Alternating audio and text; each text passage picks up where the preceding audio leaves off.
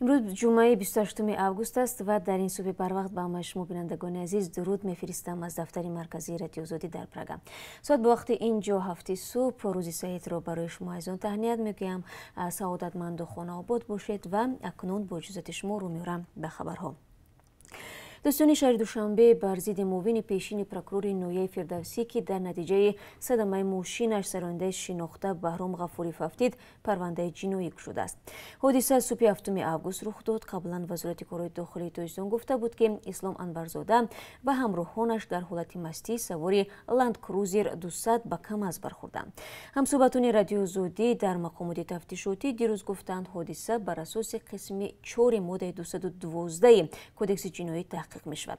این بند کدکس جنایی جزا بر راننده را پیش بینی می کند که در حالت مستی حرکتی راه را ویران می کند و باعث به مرگ انسان و یا ضرر وزنین به سلامتی می شود.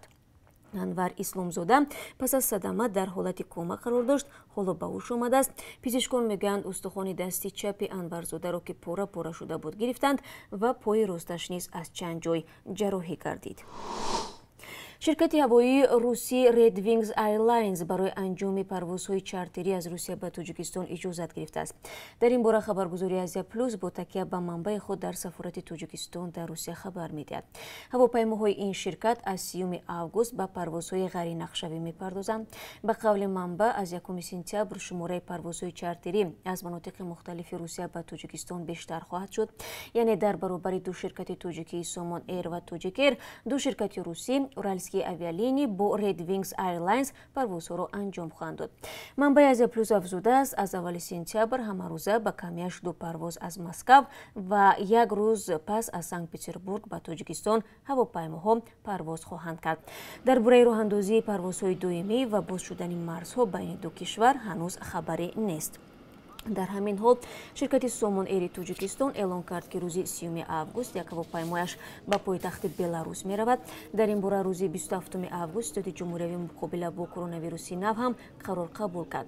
مسئولان شرکت سامان ایر گفتند به مینسک اساساً دانشجویان تاجیک و شهروندان خارجی را میبرند. توسط پرواز چارتری در سمت مینسک دوشنبه شهروندان تاجیکستان که در بلاروس و اوکراین قرار دارند به وطن برگردانده میشوند. برای بازگشت از بلاروس اوکراین شهروندان را ضرور بوده است به سفارت تاجیکستان در کیف و مینسک مراجعت کنند.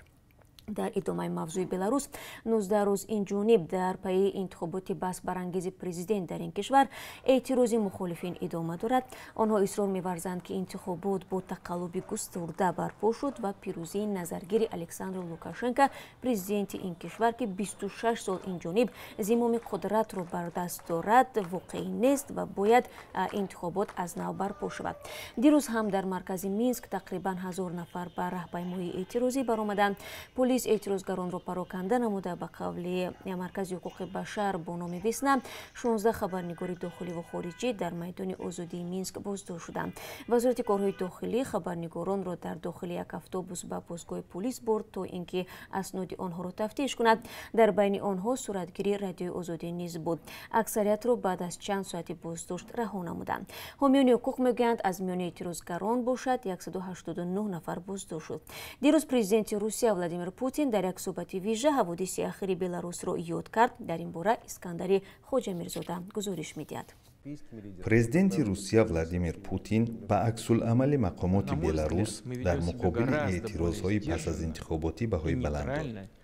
روز 27 август در صحبت با تلویزیون دولتی روسیه رسیه 24 پوتین گفت کشورش به حوادث اخیر بلاروس بدون جانبگیری نظر میکند و افزود در این رابطه ایالات متحده آمریکا و اتحاد اروپا بیش از روسیه فعالترند. در این زمان پوتین ابراز داشت که کشورش برای کمک به بلاروس آماده است. Александр Григорьевич попросил меня сформировать определенный резерв из сотрудников правоохранительных органов. الکساندر گریگوریویچ از من خواست یک واحد احتیاطی عبارت از خادمان نیروهای حفظ حقوق و ترتیبات را تشکیل کنم. من این درخواست را اجرا کردم. ما همچنان به موافقت رسیدیم که تا زمانی زیر نظارت بودن وضع از آن استفاده نشود. اگر عنصرهای اکستریمیستی زیر شعارهای سیاسی به غارت و آتش زدن بناها، اداره و بانک‌ها دست زنند، آنگاه از این نیرو استفاده برده خواهد شد. Машины, дома, банки, пытаться захватывать административные здания и так далее. در ادامه مصاحبه پرزیدنت روسیه از مقامات بلاروس و مخالفین دعوت کرد که بحران در رابطه با انتخابات بحث برانگیز 9 اوگوست و تعقیب بیرحمانه اعتراضهای بعد انتخاباتی را از راه سیاسی حل کنند. اعتراضهای بدون توقف و کارشکنی در مؤسسه‌های عظیم اقتصاد بلاروس را زیر فشار قرار داده است. پرزیدنت بلاروس لوکاشنکو 27 اوگوست با اشاره به وعده 1 میلیارد دلار قرض از مسکو تاکید کرد که امکان نمی‌دهد قرب روبل بلاروسی پایین شود. شما نوید بامدادی را تماشا دارید. وزارت تندرستی تاجیکستان گفت در شبانه روزی گذشته در کشور یک نفر دیگر از کرونا ویروسی نو افتیده است. با این شمار رسمی جانباختگان از آخر ماه اپریل تا 27 اوگوست به 68 نفر برابر شد. با اطلاع رسمی در شبانه روزی گذشته 36 مورد صورت بیماری همگیر ثبت شده است. شمار عمومی بیماران 8449 نفر است و از این بیش از 85% شفا یافتند.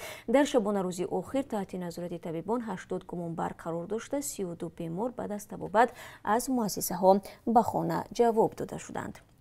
مقامات ازبکستان رهبر و شماری از منصبداران بنیاد خیریه میر شفقت و سلامت لیگ را با اتهام از خود نمودن 2.8 میلیارد سوم یا خود 273,000 دلار متهم کردند. این مبلغ برای مبارزه با کووید 19 در این جمهوری آسیای مرکزی اختصاص داده شده بود. اداره داستانی کل ازبکستان میگوید اسرال میرزا احمدов و چند مسئول این بنیاد تجهیزات و دارو و درمان را با نرخ بلندتر از واقعی خریدند. حالا معلوم نشده است که متهم‌ها بازداشت شدند یا نه. همچنان معلوم نیست که تجهیزات و داروواری از کجا خریداری شده است. اگر گناه متهم‌ها ثابت شود آنها امکان دارند به مهلت تا 5 سال از آزادی محروم شوند. ماه‌های اخیر بنیاد میر شفقت و سلامت لیگ در چندین برنامه‌های مبارزه با کووید 19 شریک بوده به آن میلیون‌ها دلار پول ارسال شده است. طبق گزارش‌های رسیده سرمایه‌دار ازبک تبار روسیه علیشیر عثمانov برای خریدن تجهیزات معاصر طبی به شفاخانه نویایی زنگیوتای توشکند 20 میلیون دلار خیر کرده است. در شهرهای دوشنبه خوجند یک ماشین مرسدس بنز به چقوری 30 متر افتاده است. وزارت کارهای داخلی گفت این صدمه نقلیاتی روز 26 اوگوست به عمل آمد. راننده 50 ساله ماشین که ساکن نویایی عینی بوده است هنگام حرکت به سمت شهرک زرافشان از عهده اداره واسطه نقلیات نمیبراید و به صدمه گرفتار می شود. از جراحت‌های برداشته راننده در جای حادثه به هلاکت می رسد. دو مسافری ماشین در بیمارستان بستری گردیدند. آژانسی تاجیک استاندارد از واردات هزارها کیلو چای خشکی سیاهی پاسیفا جلوگیری کرده است. نزدیک 25,000 کیلو چای خشکی سیاه را شرکت میرزا انور در ولایت سوخت توسط دیدبانگاه گمرکی 5 پایان 2 به تاجیکستان انتقال داده است. تشخیص نمونه این چای از سوی آژانسی تاجیک استاندارد نشان داده است که آن از روی صفت و بخطری به طلبات جوابگو نیست. بنابراین بیش از 24,000 کیلو چای وارد نموده طبق نظام ری اکسپورت از قلمرو کشور بیرون انداخته شد. کمیته نظارت و اخلاق فدراسیون فوتبال تاجیکستان سرمربی دسته استقلالی دوشنبه ویتالی لیفچنکو را از دو بازی قهرمانی تاجیکستان میان دسته های لیگ عالی محروم و به مبلغ 500 سومانی جریمه کرد. با اطلاع دفتر مطبوعات فدراسیون فوتبال تاجیکستان لیفچنکو در بازی قهرمانی تاجیکستان میان دسته های لیگ عالی استرافشان استقلال در روز 24 اوگوست رفتار غیر اخلاقی، نادرست و غیر ورزشی کرده است. در خبر جزئیات این رفتاری لیفچنکو شرح داده نشده است، اما در نوار ویدیویی که در شبکه‌های اجتماعی نشر شد دیده می شود که او در جریان بازی به طرف مقابل اشاره تحقیرآمیز کرده است.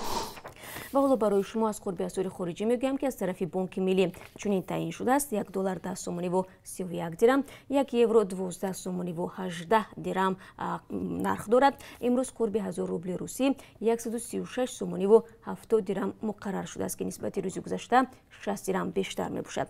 بینندگان عزیز، برای این ساعت صحبت خود را به پایان میبرم. شما را بعد از 3 ساعت دیگر در اینجا منتظرم. خود را احتیاط کنید و برای کار.